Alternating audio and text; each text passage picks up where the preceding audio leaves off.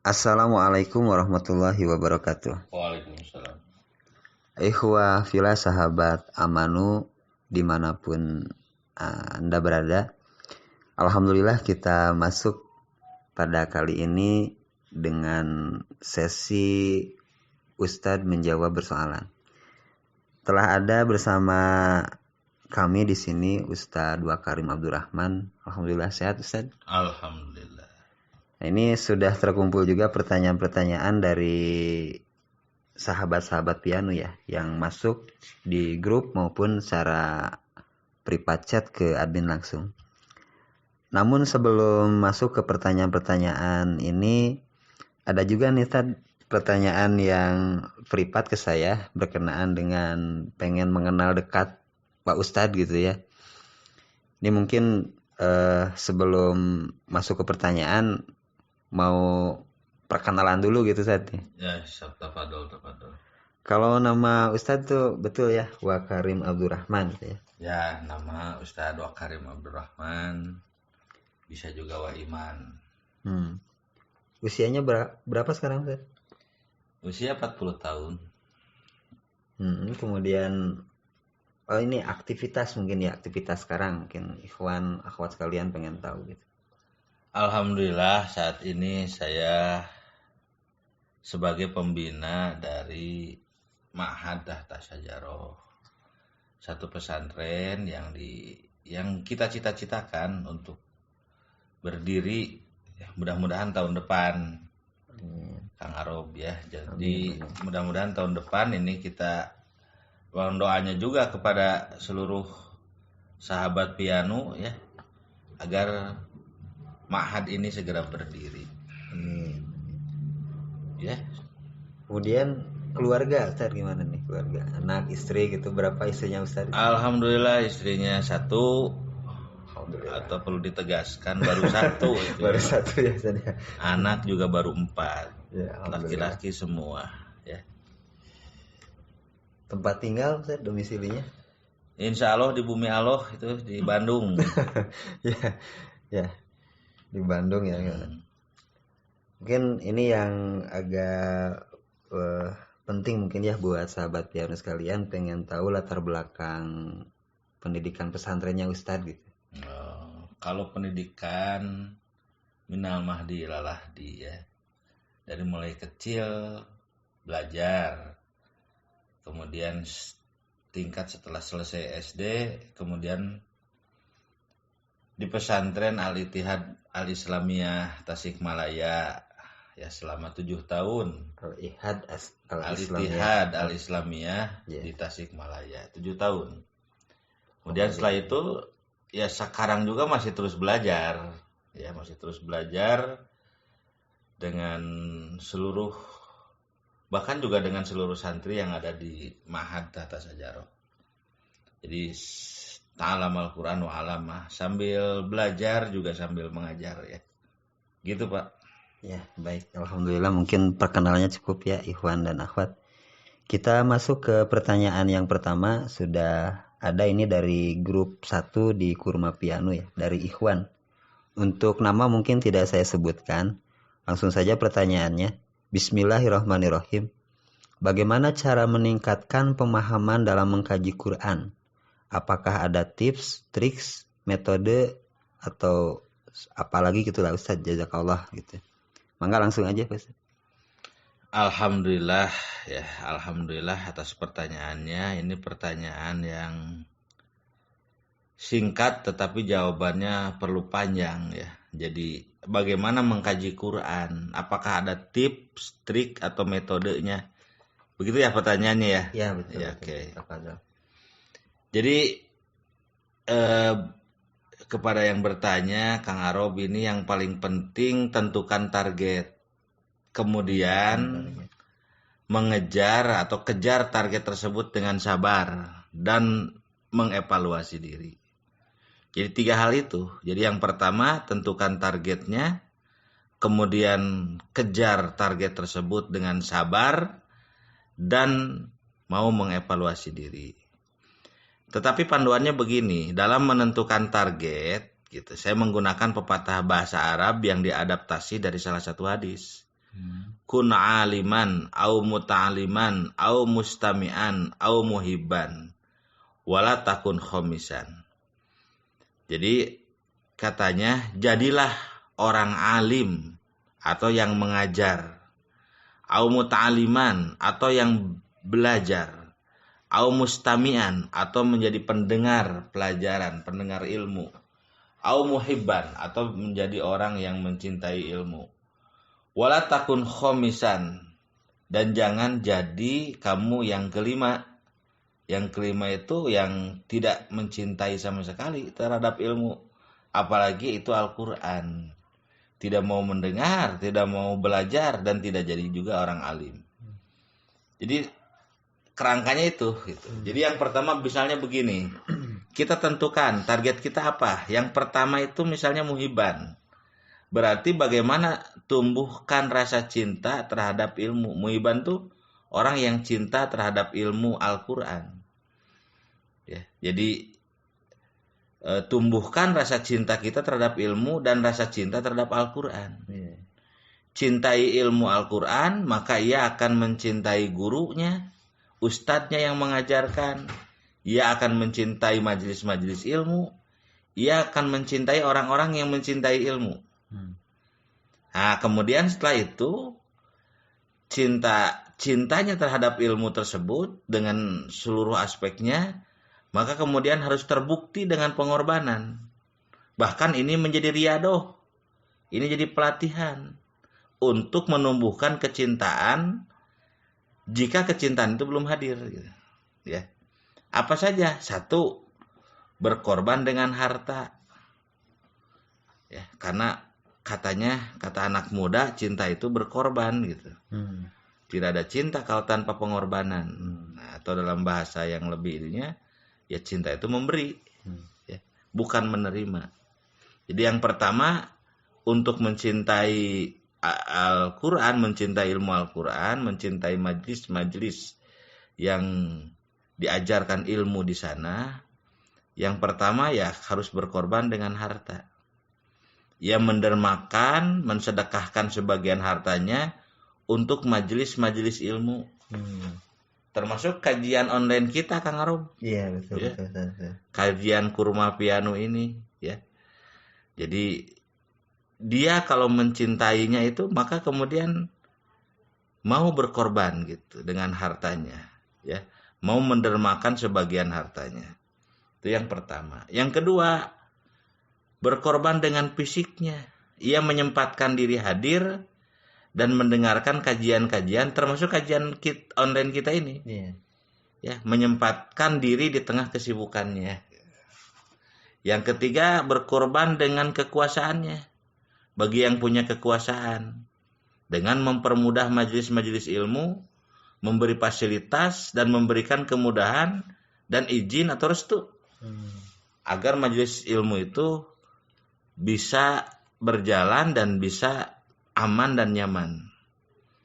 Dan yang terakhir, bisa berkorban dengan doanya. Ia mendoakan guru atau ustadz yang mengajar ilmu, ya, mendoakan majelisnya agar terus lestari, dan mendoakan orang-orang yang memakmurkan majelisnya.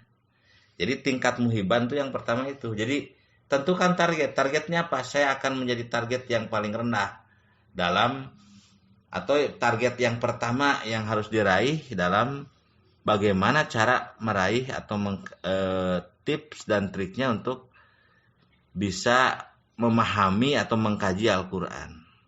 Yang kedua, dari muhibban naik jadi mustami'an. Ya, yang kedua ini targetnya, kalau tadi targetnya menumbuhkan rasa cinta terhadap ilmu dan majelis ilmu, terhadap guru yang menyampaikan ilmu. Kalau yang kedua ini mustami'an, sudah lebih dari situ. Targetnya adalah menjadi mustami atau pendengar yang setia dan sabar. Sasarannya ialah memahami ilmu fardu ain. Jadi kalau kata Al-Ghazali itu ilmu fardu ain. Apa itu ilmu fardu ain? Ilmu fardu ain itu ilmu hal, ilmu keadaan. Artinya begini, kalau keadaan kita baru balik, ya ilmu hal yang menjadi fardu ain ya belajar sholat. Jadi pas balik itu maka dia harus belajar sholat karena sejak itu ada kewajiban sholat gitu. Kalau kita baru menikah yang harus tahu ilmu tentang nikah. Ya. Kalau kita bisnis ya harus tahu ilmu tentang Islam, syariat Islam tentang bisnis. Itu ilmu fardu ain. Jadi tingkatan mustami ini adalah menjadi pendengar setia dan pendengar yang sabar. Menjadi audiens, jadi mustami. Sasarannya adalah memahami ilmu fardu ain. Kalau berhubungan dengan orang lain fardu ainnya ya perlu menjaga hati, ya perlu ilmu tazkiyatun nafs. Ya itulah gambarannya gitu. Jadi yang kedua ini itu yang pertama, targetkan dan usahakan selalu menghadiri majelis-majelis ilmu. Jadi kalau tingkat muhiban tadi ya menyempatkanlah sekali dua kali untuk di tengah kesibukannya gitu. Jadi jangan semua kesibukannya untuk dunia saja. Ya, ada juga kesibukan untuk kita berbekal diri dengan ilmu-ilmu agama, dengan ilmu Islam gitu. Nah, kalau yang sekarang mustami'an itu targetnya itu selalu menghadiri majelis-majelis ilmu. Jadi kalau yang tadi yang muhiban menyempatkan, kalau ini selalu menghadiri majelis ilmu. Itu yang pertama. Yang kedua, usahakan membawa catatan agar ilmu yang ada di dada fisudur bisa diikat di dalam tulisan pisutur, itu kata Imam Syafi'i. Ya. Jadi kalau sudah sampai ke tingkat targetnya adalah mustami, menjadi mustami yang setia dan sabar, maka harus siap dengan catatannya, dengan tulisannya. Atau serius membaca makalah yang disampaikan jika majelis tersebut menerbitkan makalah atau modul, ya. Yang ketiga, jangan takut bertanya jika belum mengerti. Allah berfirman, fas'alu ahla zikri in kuntum la ta'lamun. Bertanyalah kepada ahli zikir jika kamu belum mengerti, kan gitu. Yang keempat, bersabar mengamalkan ilmu tersebut. Ya, karena kalau kata pepatah bahasa Arab, al ilmu bila amalin kasajari bila samarin. Ilmu kalau tidak diamalkan seperti pohon yang tidak berbuah. Ya, seperti pohon yang tidak berbuah. Yang kelima, usahakan menyampaikan 1 atau 2 ayat hasil kajian kepada yang tidak hadir atau yang tidak mendengar. Ya, Rasul pernah bersabda, balighu ani walau ayat. Walaupun punya 1 ayat, sampaikan pada yang lain. Jadi mustami yang setia itu mau menyampaikan walaupun 1 ayat, 2 ayat gitu. Hasil dari kajiannya itu gitu. Atau dalam riwayat apa itu? Khutbah wada Rasulullah memberikan pesan agar yang hadir menyampaikan kepada yang tidak hadir. Itu mustami yang setia. Dan yang terakhir, yang keenam, mengajak saudara-saudaranya se-Islam untuk memakmurkan majelis ilmu. Gitu. Jadi itu yang kedua, target dari muhiban naik ke mustami'an, dari pecinta ilmu naik kepada mustami, menjadi mustami yang setia. Yang ketiga ini targetnya adalah mengetahui dasar-dasar atau dalil-dalil ilmu tersebut. Nah, yang ini membutuhkan alat-alat untuk mengetahui, alat-alat untuk mengilmui, atau sering disebut dengan ilmu alat, bahasa Arab, ilmu mantik, kan gitu. Dan lain-lain sebagainya lah. Biasanya ini tidak bisa dalam kajian-kajian umum. Ya, atau di kajian-kajian online seperti yang dilaksanakan kita sekarang ini. Harus nyantri ya. Nah, tetapi lebih khusus itu, yaitu melalui kajian yang lebih intensif, lebih mendalam. Biasanya dikaji dalam lembaga ma'had atau pesantren atau madrasah gitu. Ya, mudah-mudahan ini tekad kita itu bagaimana ya, tahun depan kita sudah diberi mampu oleh Allah mendirikan pesantren. Amin. Pesantren tahta sajaroh gitu, atau ma'had tahta sajaroh. Ya, sana yang kedua jadi harus serius belajar, ya harus ada lembaganya, yaitu pesantren. Yang berikutnya adalah sambil belajar harus juga punya murid untuk mengajarkan ilmu tersebut. Jadi kalau nanti pesantren kita berdiri itu, maka santrinya terus punya murid, ya. Karena kata Rasulullah, khairukum man ta'allamal Qur'an wa 'allama. Sebaik-baiknya kalian adalah yang mengajarkan Quran, yang ta'allamal Quran, yang belajar Al-Quran, dan di waktu yang sama dia mengajar. Ya. Dia mengajarkan, artinya apa yang diajarkan lagi kepada yang lain gitu. Itu konsepnya. Jadi mungkinlah gambarannya itu kalau sudah 1 tahun, ya kalau misalnya tingkat SMA ya, mungkin kalau sudah atau aliyah udah 1 tahun, maka tahun kedua itu dia harus ada murid, ya. Walaupun bukan santri muridnya gitu kan. Karena dengan begitu, ya karena begitulah Rasulullah mengkonsep begitu, ya. Dan dengan begitu akan mematangkan ilmunya tersebut. Dan yang terakhir itu tadi dikatakan adalah aliman. Ini paling puncak ya, ini orang yang berilmu, ulama ya. Yang keempat ya itu tadi aliman. Ya, targetnya adalah seperti ustadz, guru majelis ilmu, di mana bukan hanya ilmu alat tapi membutuhkan ilmu-ilmu yang lain. Ya yang saya juga belum bisa menjelaskannya. Saya juga masih belajar di sini ya. Jadi begitulah kira-kira. Jadi tentukan targetnya nih. Targetnya tuh siapa nih? Ikhwan. Dari Ikhwan Ustaz. Dari Ikhwan. Nah, itu mau di Muhiban ya. Kalau ya harus naik ke Mustami'an. Harus naik ke Mustami'an gitu kan. Jadi sambil ya Muhiban ya Mustami'an gitu. Ya kalau Muhiban ini paling dasar, paling basic ya. Kemudian setelah itu ya muta'aliman. Jadi targetnya dulu dipastikan. Paling tidak 3 lah. Apa di target Muhiban, di target Mustami'an, atau di target muta'aliman. Demikian Kang Arob. Alhamdulillah, subhanallah, panjang sekali Ustadz. Ini pertanyaannya pendek Ikhwan ya, tapi subhanallah jawabannya mencakup keseluruhan.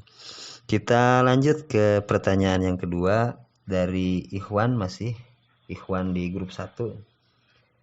Bagaimana agar senantiasa istiqomah dalam menyuburkan Ramadan kali ini? Karena pada umumnya di awal agresif katanya Ustadz gitu ya. Namun ke pertengahan mulai loyo dan hilang begitu saja. Terima kasih. Mangga Ustaz. Terima kasih. Alhamdulillah. Pertanyaan dari Ikhwan ya di grup 1. Jadi begini ya. Jadi ini masalahnya itu di awal agresif semangat gitu. Iya betul. Ya, di tengah jalan atau di akhir jadi hilang begitu saja. Jadi begini ya, Ikhwan. Pada prinsipnya harus mujahadah. Mujahadah itu ya bahasa kasarnya berjihad. Ya, berjihad. Berjihad itu ya memaksakan diri dengan serius sungguh-sungguh. Jadi harus mujahadah, yaitu bersabar memaksakan diri selain berdoa. Gitu. Jadi setelah ta'alum, setelah mencari ilmu tentang terutama keutamaan amaliyah pada bulan Ramadan. Jadi setelah kita mencari ilmu, dapat tuh ilmu bahwa amaliyah Ramadan tuh begitu besar dan begitu utamanya, termasuk di hari-hari akhir bulan Ramadan. Bahkan di situ ada Lailatul Qadar gitu. Maka yang kedua setelah ta'alum, mencari ilmu, mendapat ilmu kan? Maka yang kedua adalah mujahadah dengan sabar. Ya kita harus memaksakan diri dengan sabar gitu. Caranya bagaimana? Memaksakan diri atau berusaha keras, serius, sungguh-sungguh dari mulai membuat rencana harian. Ya nggak akan bisa kita ini terpantau atau ya lurus terus gitu, semangat terus ya kalau tidak ada rencana. Karena Rasul mengatakan innamal a'malu binniyat. Amal itu tergantung niat, tergantung rencana gitu. Jadi dari sejak awal Ramadan, kalau tidak sekarang, mulai sekarang rencanakan apa saja yang akan dilakukan, apa saja yang akan ditinggalkan. Kan gitu. Kemudian yang kedua, setelah direncanakan dikerjakan. Jadi memaksakan diri mujahadah dalam mengerjakan pekerjaan-pekerjaan yang sudah direncanakan. Dan yang terakhir adalah mujahadah dalam mengevaluasi harian. Allah mengatakan wal tandur nafsun maqaddamat ligot. Artinya persiapkan untuk hari esok dengan cara intidor terhadap apa yang sudah dilakukan gitu. Jadi harus ada evaluasi. Nah, itu mujahadah itu meliputi itu, merencanakan, melaksanakan dan mengevaluasi pekerjaan gitu ya. Kalau tidak ada satu dari itu bukan mujahadah. Berarti harus serius, sungguh-sungguh, bahkan dalam bahasa saya memaksakan diri dengan sabar atau sabar dalam memaksakan diri dalam merencanakan harian, mengerjakan pekerjaan harian dan mengevaluasi kerja harian. Nah, nanti atas apa yang sudah rencana ini lebih mudah. Itu lebih mudah jika kita memiliki bitonah kalau dalam Al-Qur'an itu ya. Yaitu teman kepercayaan yang satu visi dan saling mengevaluasi diri gitu ya. Gitu Ikhwan. Baik, tafadhol, subhanallah. Kita masuk ke pertanyaan yang ketiga ya. Ini masih dari Ikhwan juga. Bismillah. Ramadan merupakan waktu pembinaan keimanan dan ketakwaan umat muslimin.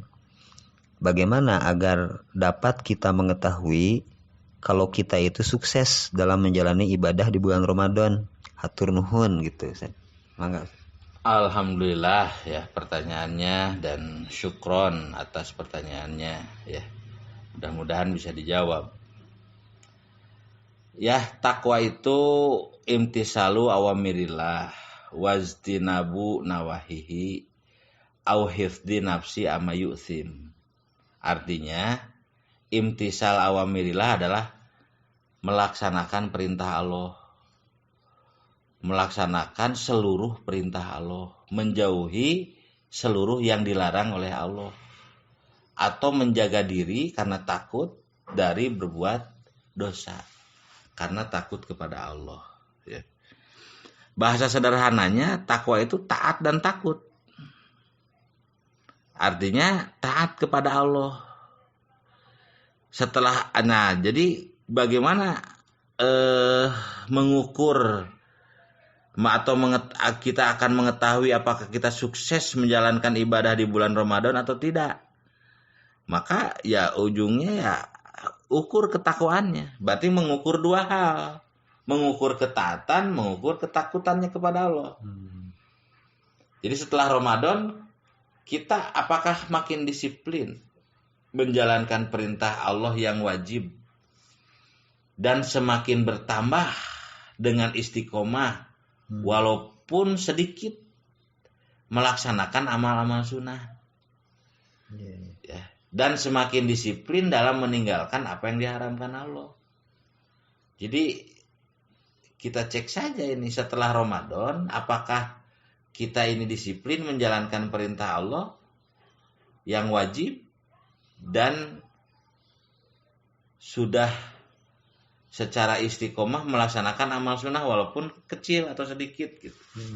Serta apakah sudah disiplin dalam meninggalkan yang diharamkan Allah.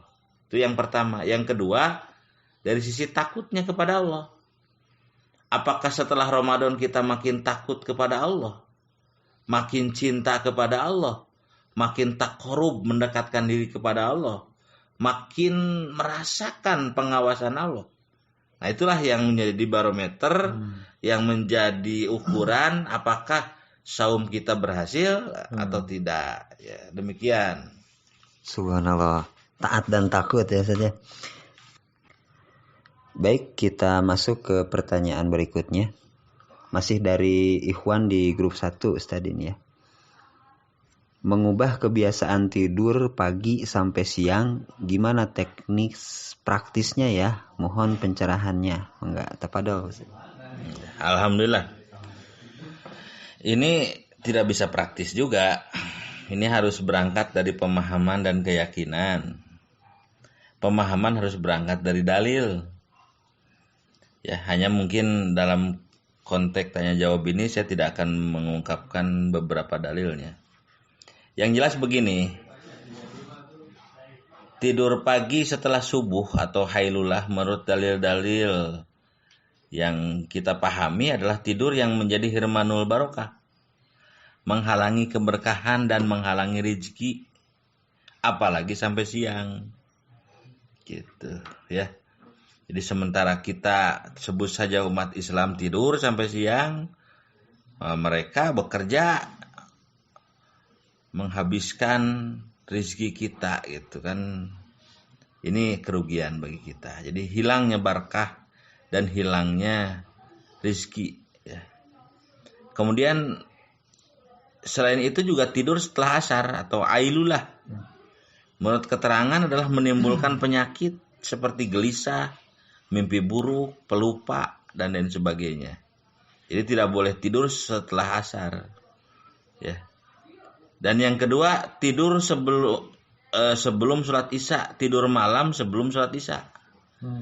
Menurut dalil-dalil yang kami pahami itu adalah makruh karena bisa menyebabkan terlewatnya sholat isya.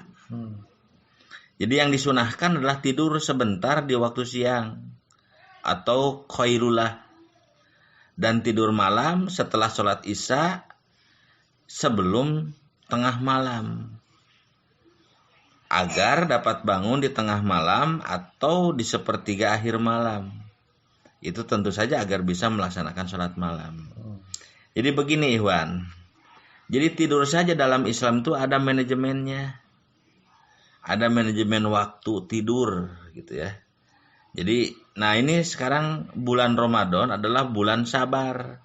Sabar untuk berusaha memanage tidur, sabar dalam mujahadah mengatur waktu agar lebih bermanfaat dan barokah.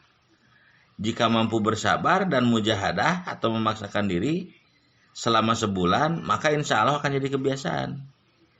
Ya, jadi kalau sebulan sudah mampu bersabar dan mujahadah, ini peluang untuk menjadi kebiasaannya sangat tinggi gitu. Jadi sekarang waktunya yang sangat tepat ini untuk bermujahadah ya. Jadi coba untuk tidak tidur setelah sholat subuh sampai siang, baru dari siang tuh tidur sebentar kalau bisa gitu ya. Kemudian setelah sholat asar gak boleh tidur lagi. Dan malam sebelum sholat isya tidak boleh tidur juga ya. Jadi karena akan bisa membablas itu, terlewat sholat isyanya ya. Jadi mudah-mudahan dengan begitu kita juga bisa mengatur waktu tidur kita gitu ya. Dan mudah-mudahan ini jadi kebiasaan. Terima kasih. Barakallah, subhanallah. Jadi tidur siang itu disunahkan gitu ya Ustaz ya. Insya Allah. Kita masuk ke pertanyaan yang kelima. Sepertinya sama ini. Mangga terserah Ustaz aja ya. Apa barometer kita sukses mencapai takwa setelah melaksanakan saum? Hatur nuhun wah Ustaz. Alhamdulillah, ini sama ya dengan pertanyaan sebelumnya. Ya betul.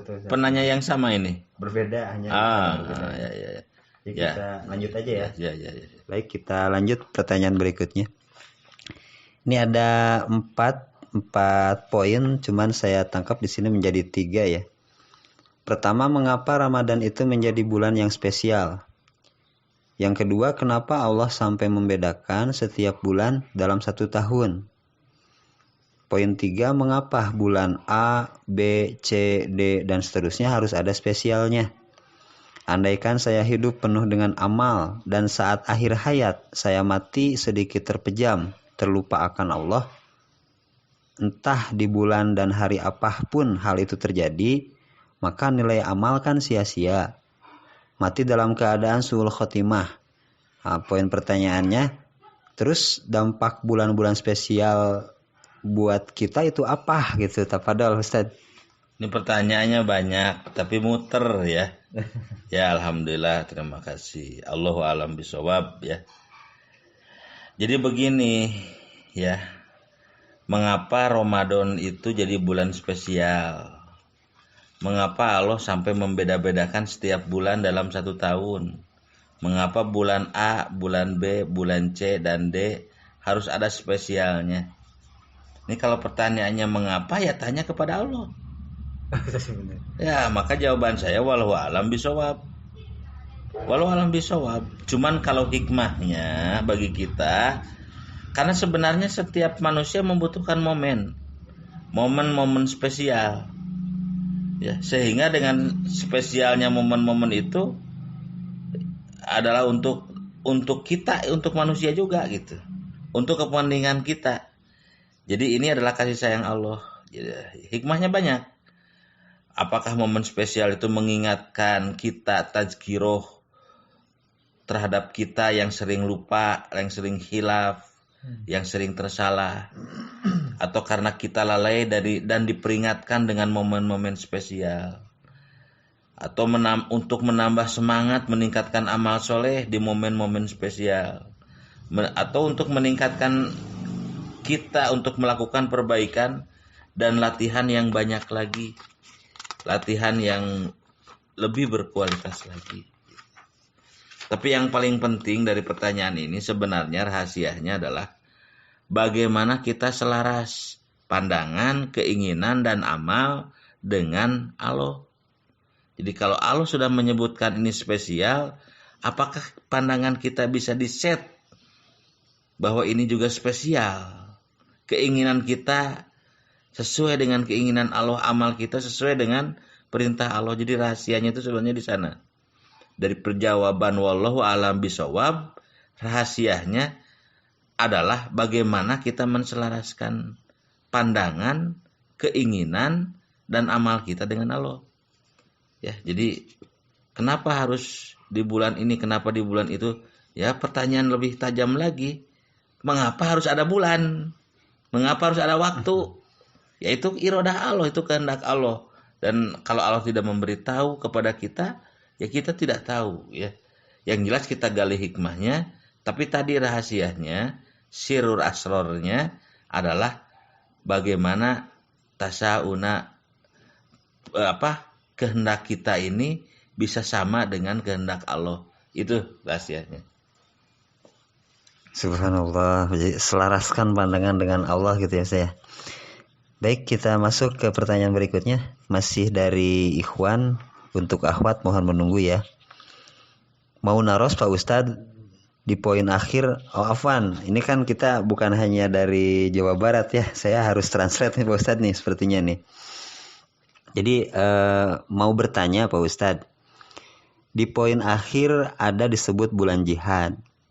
Ternyata saya takut terhadap corona dan mengikuti anjuran pemerintah untuk diam di rumah saja, tidak kemana-mana. Nah, apakah wujud Sahrul Jihad sekarang itu harus dalam konteks membina anak istri?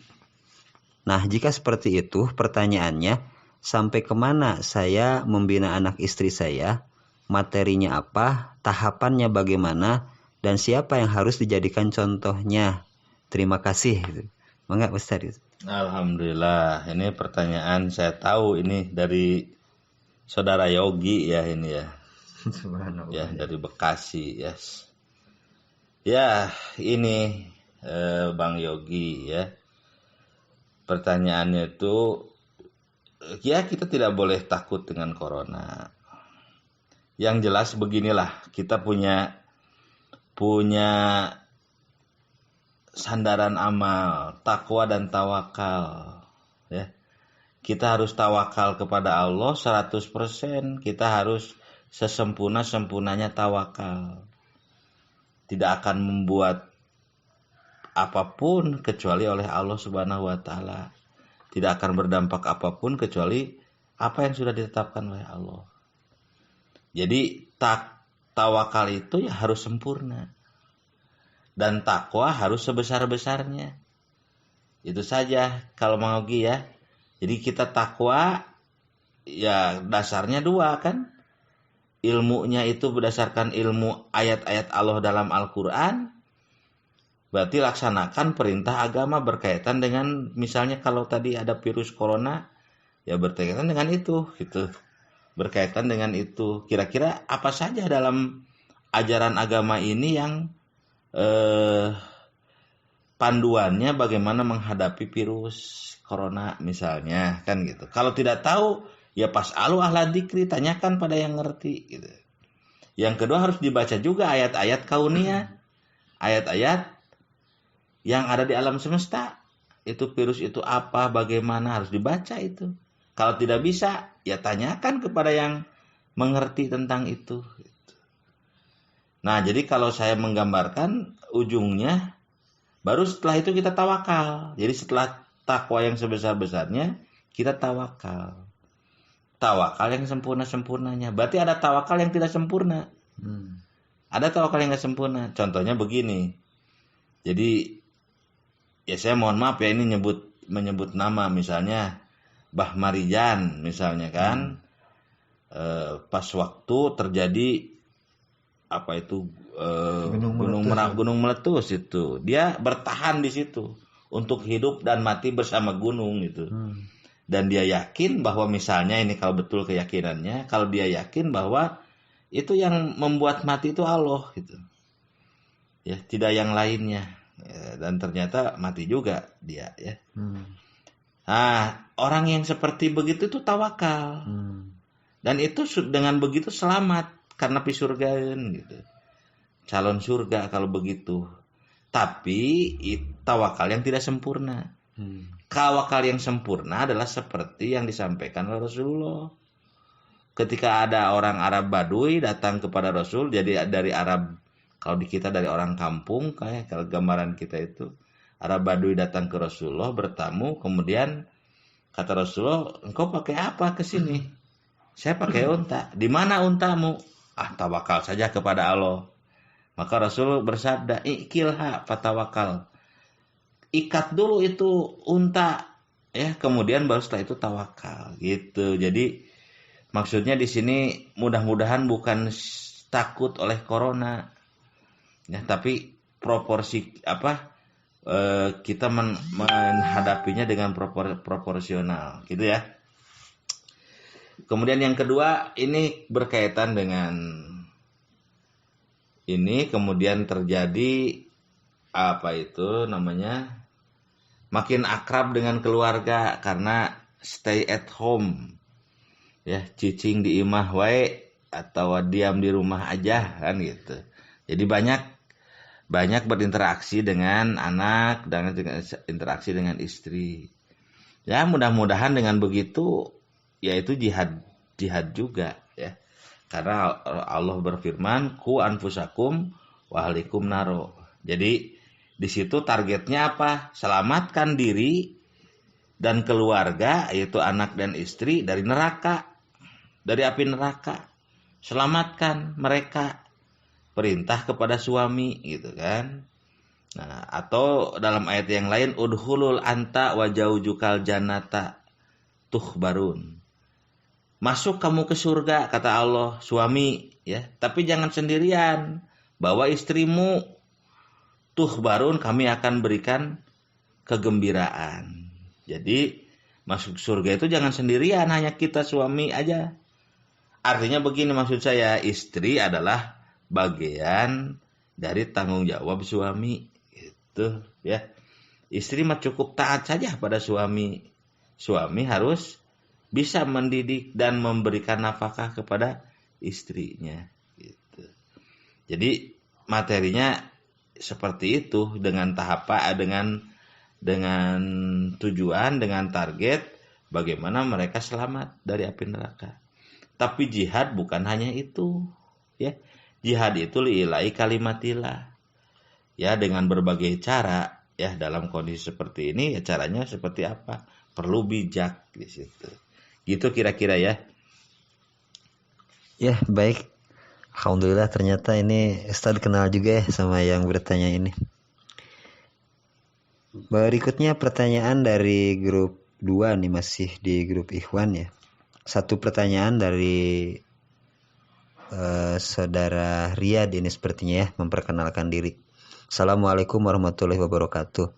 Waalaikumsalam.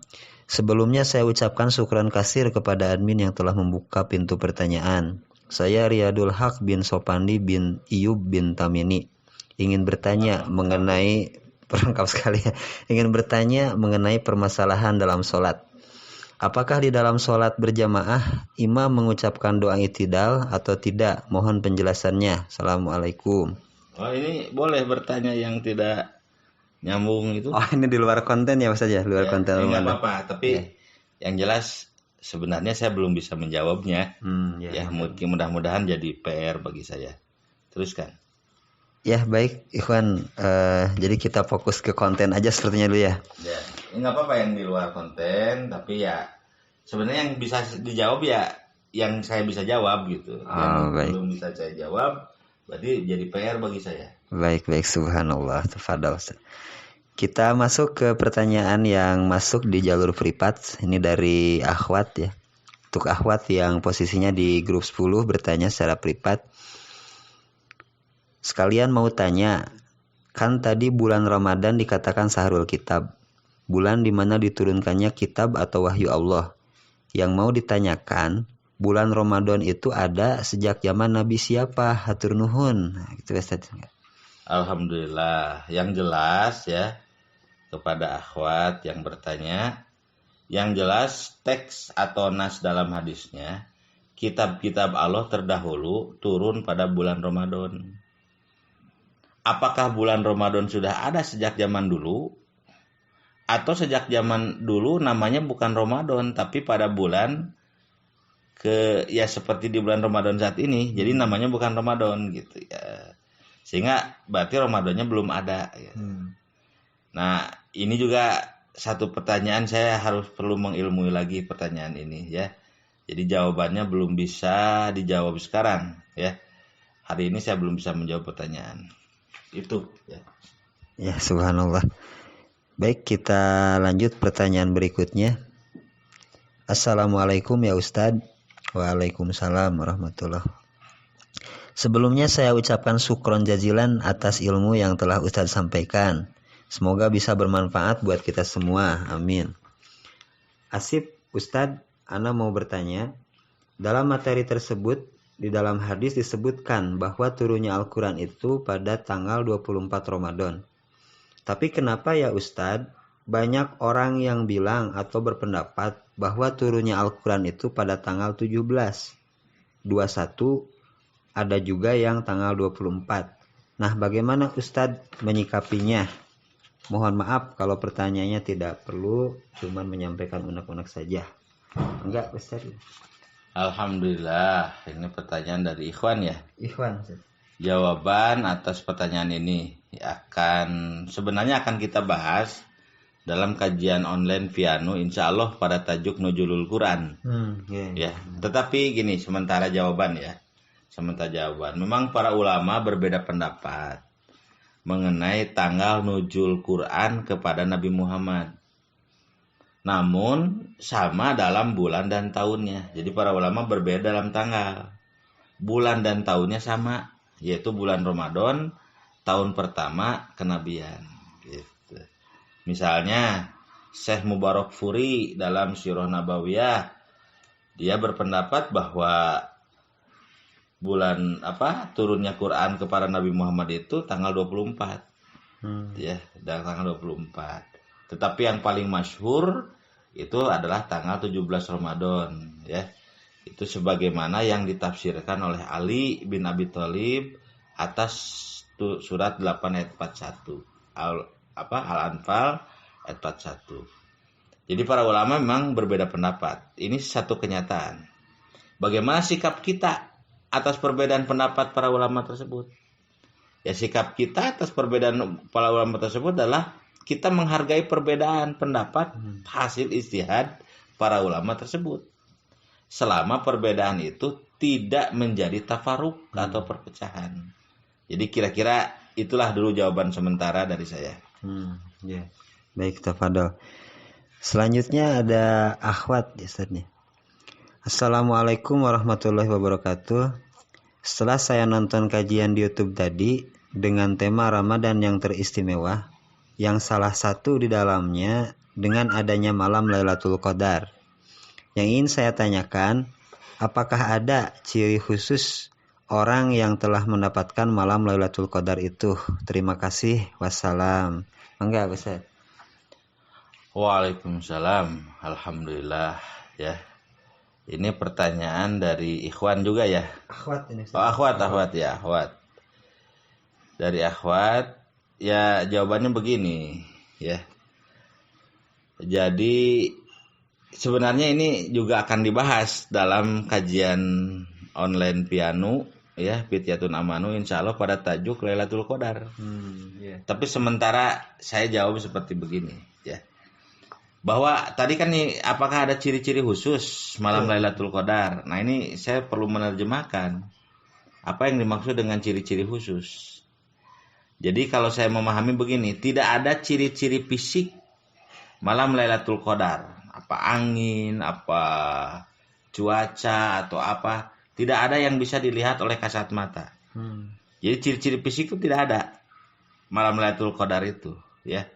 Bahkan pada prinsipnya Allah merahasiakan, ya persisnya tanggal berapa Allah rahasiakan, hanya memberi isyarat, cari saja atau kejar saja di 10 malam terakhir bulan Ramadan, terutama di tanggal-tanggal ganjil, ya.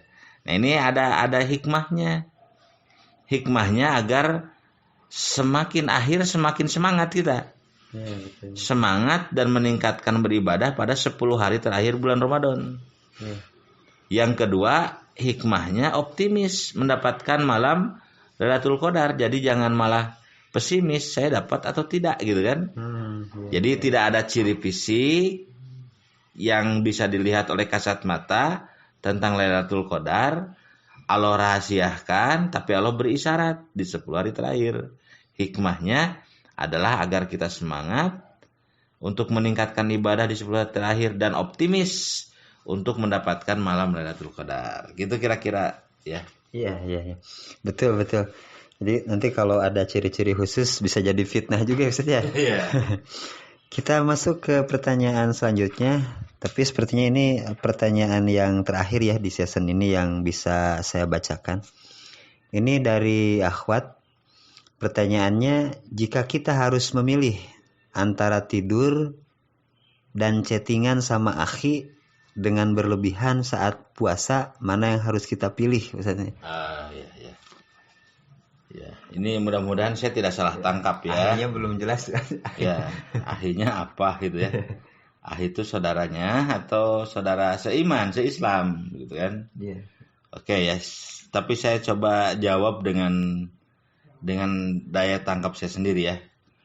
Begini, ada orang yang berpandangan bahwa tidurnya orang yang saum itu ibadah. Iya, betul. Ini berdasarkan hadis riwayat Baihaqi. Kalau tidak salah dalam kitab Syu'abul Iman, ya. Rasulullah bersabda begini, naumus shaim ibadah. Tidurnya orang yang saum itu ibadah. Wasumtuhu tasbih. Diamnya adalah tasbih. Wa du'auhu mustajab. Doanya adalah doa yang mustajabah. Wa amaluhu mudha'af. Dan pahala amalnya akan dilipat gandakan. Jadi mungkin yang harus digarisbawahi di sini adalah naumus shaim ibadah. Itu dia yang pertama. Jadi Rasul bersabda bahwa tidurnya orang yang saum itu ibadah. Riwayat hadisnya riwayat Baihaqi dalam kitab Syu'abul Iman. Namun maaf ya, hadis ini ada rawi yang bernama Ma'ruf bin Hasan. Jadi dari jalur sanad atau periwayatan ada rawi yang bernama Ma'ruf bin Hasan dan dia adalah perawi yang doif, yang lemah. Juga diriwayatkan dalam riwayat itu terdapat Sulaiman bin Amir yang lebih doif, lebih lemah daripada Ma'ruf bin Hasan. Jadi hadis ini tidak bisa diambil jadi hujah. Ya karena hadisnya doif. Tetapi begini. Jadi kan di sini pertanyaannya, lebih baik mana?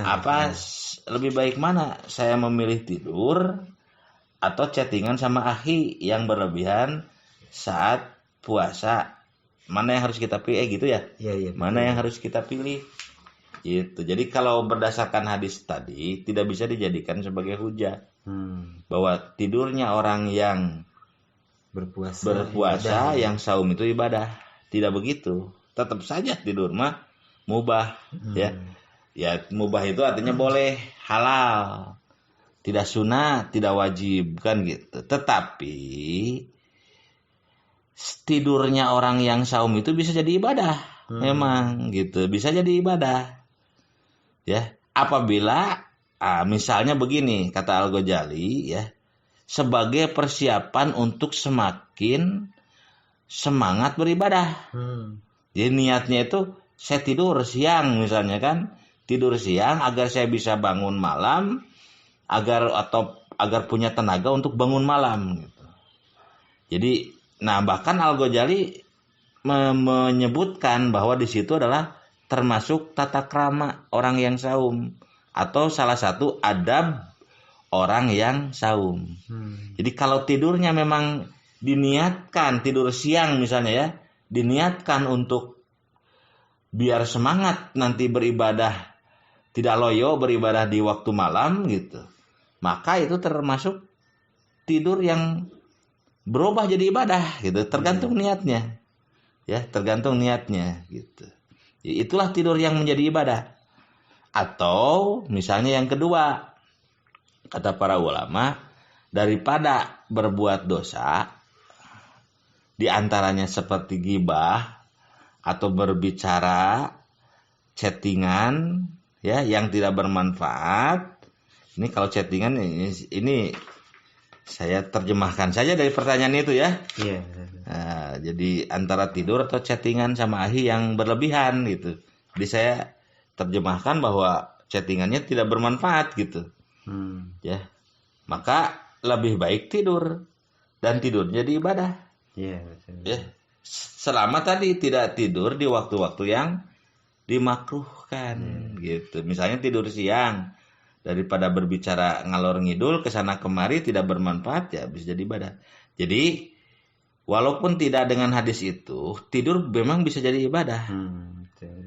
Kalau untuk persiapan agar bisa bangun malam dan semangat melaksanakan ibadah di waktu malam. Betul. Dan tidur bisa jadi ibadah kalau dilawankan dalam rangka atau diniatkan dalam rangka menghindari berbuat dosa. Seperti itu. Itu saja dari saya ya. Terima kasih kepada sobat-sobat Pianu. Mudah-mudahan tetap semangat ya dalam menggali ilmunya. Billahi fisabilillah. Assalamualaikum warahmatullahi wabarakatuh. Waalaikumsalam warahmatullahi wabarakatuh. Baik, tafadhol Pak Ustadz wa Karim Abdurrahman. Ikhwan akhwat sekalian, sobat Pianu yang berbahagia. Jadi segitu sepertinya pertanyaan yang masuk yang bisa dijawab dulu oleh Ustadz. Sebetulnya ini hanya dibatasi sama waktu saja ya. Di dalam kuliah Ramadan kita ada banyak kegiatan nanti yang akan dibagikan oleh admin Kurma Pianu. Nah, untuk pertanyaan-pertanyaan yang lain nanti insya Allah akan kita jawab di dalam sesi Ustadz menjawab persoalan. Jadi kalau kemarin admin menyampaikan untuk pertanyaan yang masuk hari Senin Selasa itu dijawab hari Kamis malam, Rabu Kamis dijawab Senin malam, sekalian saya ralat di sini ya. Jadi nanti enggak semua pertanyaan yang masuk itu bisa dijawab, saking banyaknya pertanyaan ini ikhwan dan akhwat. Untuk 2 hari kemarin aja ini baru dijawab sampai pertanyaan yang ke-11 tadi ya. Baik ikhwan akhwat yang dirahmati Allah, kita sama-sama tutup silaturahim ini dengan sama-sama mohon perlindungan kepada Allah dengan baca istighfar dan hamdalah. Astaghfirullahalazim, alhamdulillahirabbil alamin, billahi taufik wal hidayah. Assalamualaikum warahmatullahi wabarakatuh.